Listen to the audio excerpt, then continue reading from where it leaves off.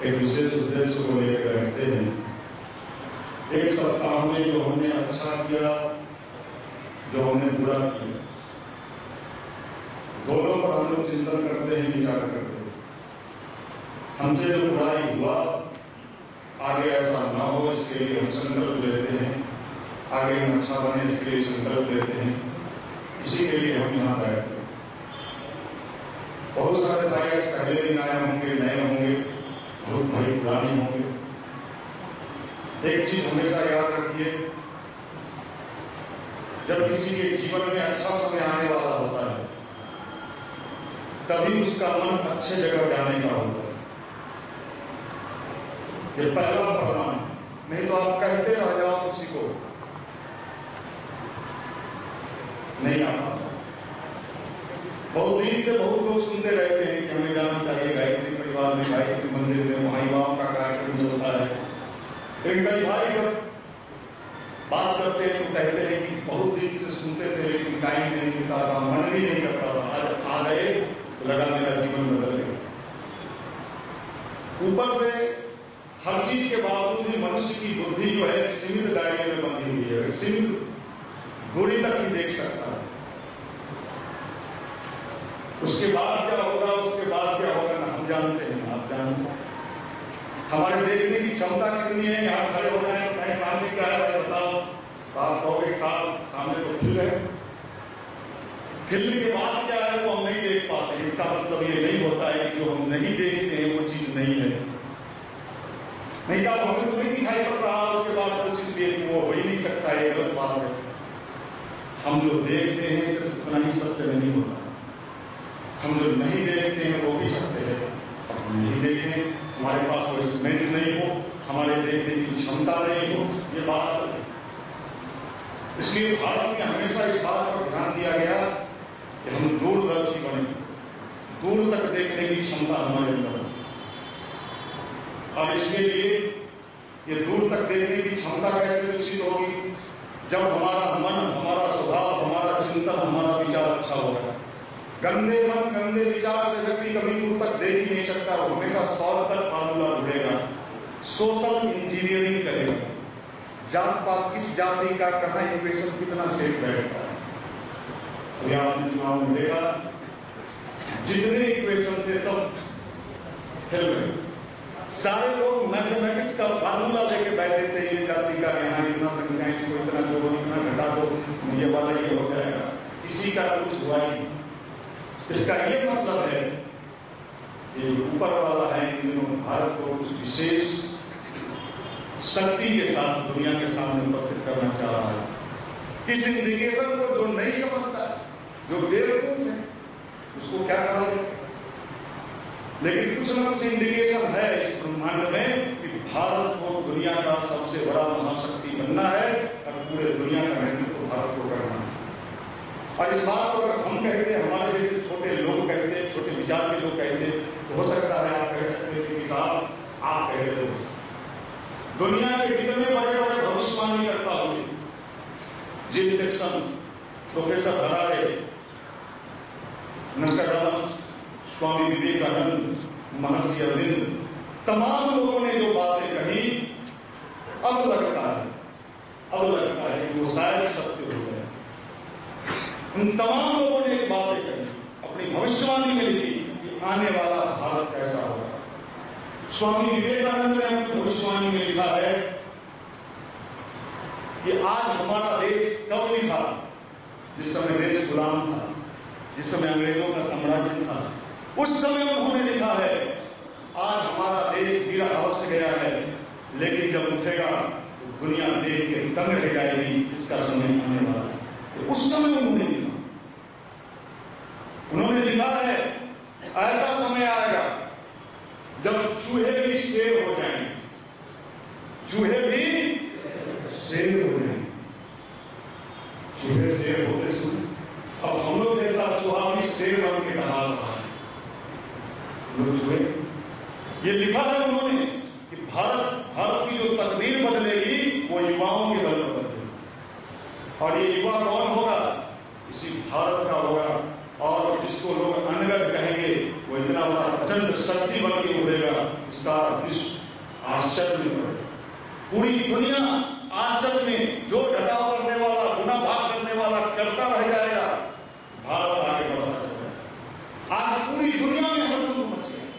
अब देखो, भारत में हड़कंप मचे, कोई बात नहीं, मैं किसी पार्टी, किसी दल, किसी व्यक्ति की बात नहीं करता, मैं तो सिर्फ भारत की बात कहता हूँ। मेरा मन इतना ही होता है कि भारत को दुनिया का नेतृत्व करने का समय है, पूरे विश्व का मार्गदर्शन भारत करेगा। ये बात नस्ट्राडामस आज से 400 साल पहले जन्म लिया फ्रांस ने, डॉक्टर नस्ट्राडामस 400 साल पहले। उसकी किताब है सेंचुरीज। उस किताब में 400 भविष्यवाणी लिखा है नस्ट्राडामस ने, और नस्ट्राडामस की लगभग भविष्यवाणी आज तक जितना भी उसने लिखा सब सत्य साबित हुआ है। उसी भविष्यवाणी की किताब में नस्ट्राडामस ने लिखा कि मैं देख रहा हूं 400 साल पहले, जिस समय होटल नहीं होता था, पुचका का दुकान रोड पर नहीं चलता हो, उस समय लिखा है नस्ट्राडामस ने कि मैं देख रहा हूं उसकी अतीन्द्रिय क्षमता जगी हुई थी। ऐसा युग आ रहा है, ऐसा समय आ रहा है जब विज्ञान क्लाइमेक्स पर होगा, लेकिन मानवता नाम की कोई चीज नहीं बचेगी। लोग रोड के किनारे खड़े होकर भोजन करने में आनंद उठाएंगे। रोड के किनारे खड़े खाते हैं। जब पूरी दुनिया में तबाही मच जाएगी, लोगों का विश्वास एक दूसरे पर से समाप्त होते चला जाएगा। भाई पर भाई का विश्वास नहीं, पति का पत्नी पर विश्वास नहीं, पड़ोसी का पड़ोसी पर विश्वास नहीं लगेगा। समाज में एक ऐसा अविश्वास का वातावरण बन गया है कि उसका कोई समाधान नहीं हो सकता है। नस्ट्राडामस ने लिखा है अपने भविष्यवाणी में, तभी राष्ट्र जो 3 ओर समुद्र से घिरा होगा, राष्ट्र का नाम नहीं था, जो 3 ओर समुद्र से घिरा होगा, वो राष्ट्र पूरे दुनिया का नेता बनेगा और पूरे विश्व का मार्गदर्शन करेगा। भारत की तरफ उसका इशारा, भारत की तरफ उसका इशारा। भारत ही वो देश है जो आने वाले समय में अपने विचारों के बल पर, अपने विज्ञान के बल पर पूरे दुनिया का मार्गदर्शन करेगा, पूरे विश्व का मार्गदर्शन करेगा। महर्षि अरविंद का नाम आपने सुना है, पढ़ लीजिएगा उनकी किताब, जिसको कैम्ब्रिज यूनिवर्सिटी 27 बार गोल्ड मेडल दिया, पढ़ने में इतना जीनियस। उस व्यक्ति ने जब पांडिचेरी के आश्रम में जाकर तप करना शुरू किया, उन्होंने अपनी किताब में लिखा है कि मैं देख रहा हूं भारत का भविष्य इतना शानदार आने वाला है, भारत का भविष्य इतना सुंदर आने वाला है, लेकिन उसके पहले भारत को वो तमाम कष्ट भोगना होगा जो एक माँ बच्चे को जन्म देने के समय भोगती है। माँ बच्चे को जन्म देने के समय जितनी कष्ट में होती है, पीड़ा में होती है, दर्द में होती है, भारत को भी वो कष्ट भोगना होगा। लेकिन उस कष्ट के बाद भारत आगे बढ़ता चला जाएगा और भारत पूरी दुनिया का नेता बनेगा, पूरे विश्व का मार्गदर्शन करेगा। ये महर्षि अरविंदो ने, स्वामी विवेकानंद ने लिखा। वेदमूर्ति तक पंडित श्री राम शर्मा आचार्य गायत्री परिवार के संस्थापक, उन्होंने लिखा कि चिंता करने की आवश्यकता नहीं है, आने वाला समय उज्जवल है, शानदार है, समाज में प्यार बढ़ेगा, समाज में एक दूसरे के प्रति महत्व बढ़ेगा, जो संवेदना समाप्त हो गया है वो बढ़ेगा। ये तीसरी शक्ति भारत के साथ लगी हुई है, भारत को बर्बाद होने नहीं दिया जाएगा। ये इन्होंने तीसरी शक्ति भारत के साथ लिखा। और यही बात एनी बेसेंट, जो यहाँ की नहीं थी, एनी बेसेंट ने लिखा है, थियोसॉफिकल सोसाइटी की जो अध्यक्षता भी थी, उन्होंने लिखा है कि साहब हिमालयी शक्ति, भारत का समय आने वाला है, भारत को हिमालयी शक्ति मिलेगी और भारत पूरी दुनिया का मार्गदर्शन करेगा और ठोस आधार लेके करेगा। बातूनी आधार पर भारत आगे नहीं बढ़ेगा और वो एक ऐसा आधार बनेगा कि पूरा विश्व भारत की ओर मुखातिब होगा। आज मैंने पेपर पढ़ा, कल मैं न्यूज सुना, पूरी दुनिया में शायद कभी ऐसा हुआ, पूरी दुनिया कह रहा है भारत का भावी प्रधानमंत्री कोई भी हो सकता है, व्यक्ति को भगवान माध्यम बनाता है।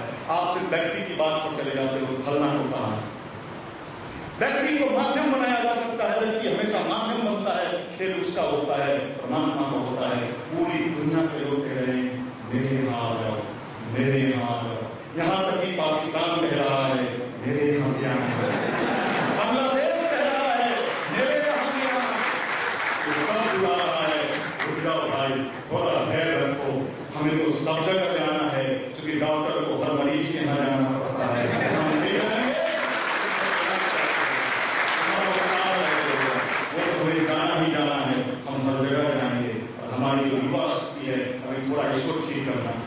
अभी सबसे महत्वपूर्ण काम है हम लोगों के जिम्मे जो काम है भगवान ने दिया है, इस युवा प्रकोष्ठ के जिम्मे जो भगवान ने काम दिया है वो एक ही काम दिया है भाई मेरे, जिसके बल पर दुनिया के सामने भारत को पूरे विश्व का नेता बनना है, पहले उनको तो ठीक कर लो, उनकी स्थिति तो देखो, पहले उनका ढक्कन खुला हुआ है, उनका ढक्कन मत करो, उनका मोदी गायब है,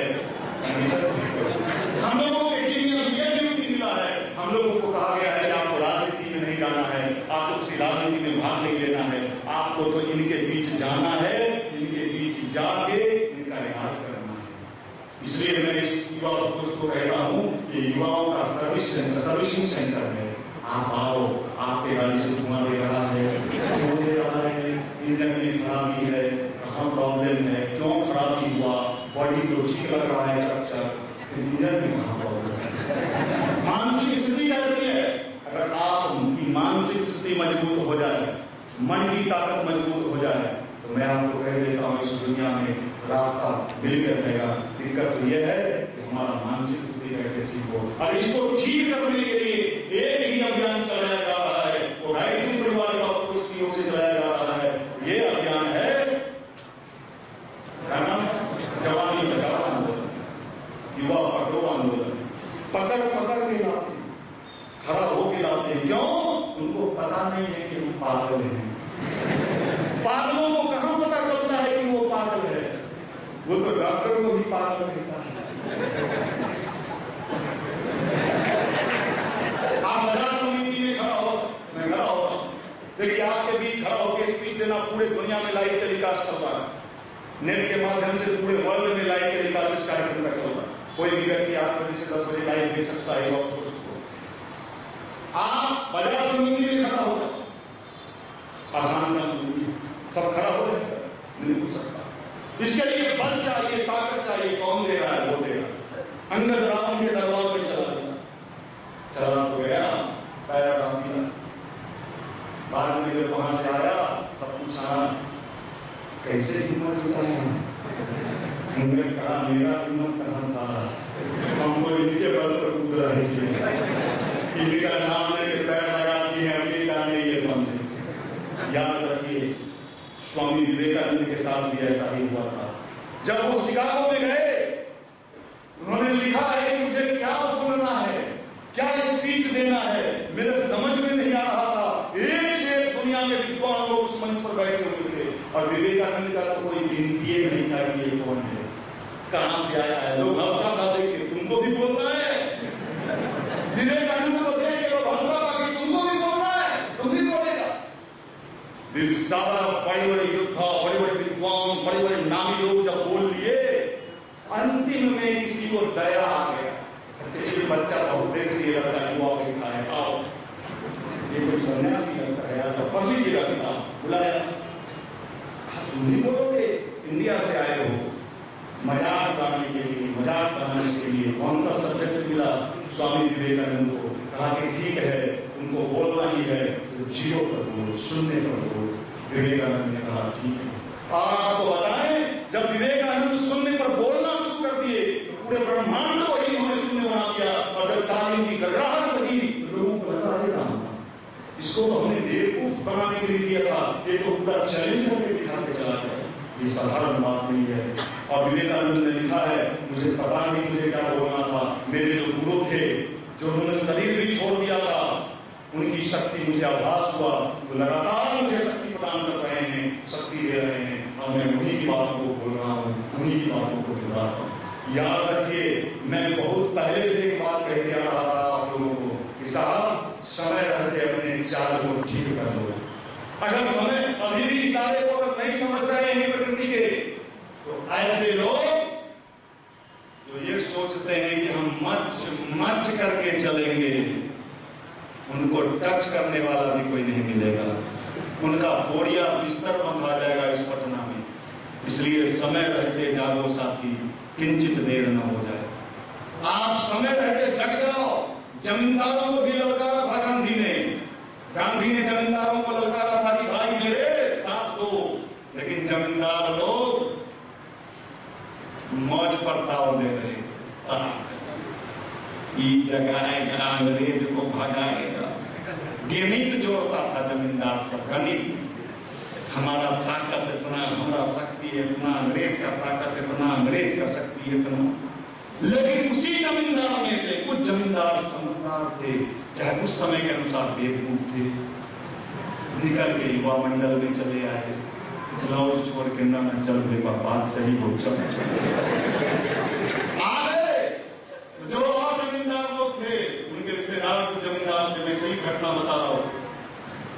ये सब आप लोग जो सपना देख रहे हैं कि अंग्रेज भाग जाएगा और आप लोग भगा दीजिएगा, ये आप लोगों का सपना किसी जन्म में पूरा नहीं होगा। गुरुदेव जो स्वयं जमींदार परिवार से थे, जब ये आजादी की लड़ाई में कूदे आगरा में जाके, इनके बड़े भाइयों ने इनको बुला के कहा अंग्रेज को भगाओगे? इन्होंने कहा कि कोशिश तो यही है। इनको जवाब मिला था इनके बड़े भाइयों से, ठीक है भगा देना, हाथी पर चढ़ के आना, आरती उतारेंगे तुम्हारा। और नहीं हुआ था, कभी न भागवे नहीं करेगा तो तुम आओगे कहां से हाथी पर। याद रखिए, जिन जमींदारों ने बेवकूफी का काम किया और गांधी से सट गए, बिहार के पहला मुख्यमंत्री बन गए, वो भी जमींदार थे। क्या नाम था? वो भी जमींदार परिवार से थे।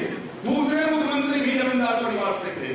इन्होंने गांधी की बात मानी, अंग्रेज को चैलेंज किया, इनका घर तक उनकी जब्ती हुआ और वो सब बंदे चले गए। अब जिन जमींदारों ने कहा हमको tight tight jeans, tight belt, tight जुल्फी, उन जमींदारों के दरवाजे पर आज कुत्ता भी नहीं भूखता है। कहता है इनको अपने खाने के लिए तो है नहीं, हमको कहां से खिलाएंगे। याद रखिएगा, ये जो नौजवानों का झुंड दिख रहा है, मुझे याद है जब मैं सैदपुर छात्रावास में रहता था, हम लोगों के सीनियर भैया, हम लोग भैया करते, प्रणाम करना पड़ता था। ऐसे नहीं प्रणाम करना पड़ता था जैसे आप लोग ऐसे कर लेते हैं, झुकना पड़ता था। उनका रूम होता था, उसमें कालीन बिछा होता था, हॉस्टल में छोटा वाला टीवी लगा होता था, सोफा सेट लगा होता था, और भैया के यहाँ जाने के पहले परमिशन लेना होता था। भैया लोग नहीं सुधरे। पिछले दिन एक भैया मिले मुझे, उस जमाने में बड़ा आदर करते थे, सैदपुर में थे, सीनियर जूनियर का मामला होता था। भैया ने कहा, रास्ते में हम कहीं निकल रहे थे गाड़ी से, हमने हाथ उठाया, उसी समय को याद करके प्रणाम भैया क्या हाल है। उन्होंने कहा क्या रहेगा, उस ट्यूशनी उसनी मिले तो दीवार ना। उन्होंने ट्यूशनी कहा इतना जल्दी कि मुझे लगा चूसनी कह रहे हैं। समय बड़ा बलवान है भाई, समय बड़ा बलवान। जो अभी चिप चिप चिप मैं कल भी बाजार समिति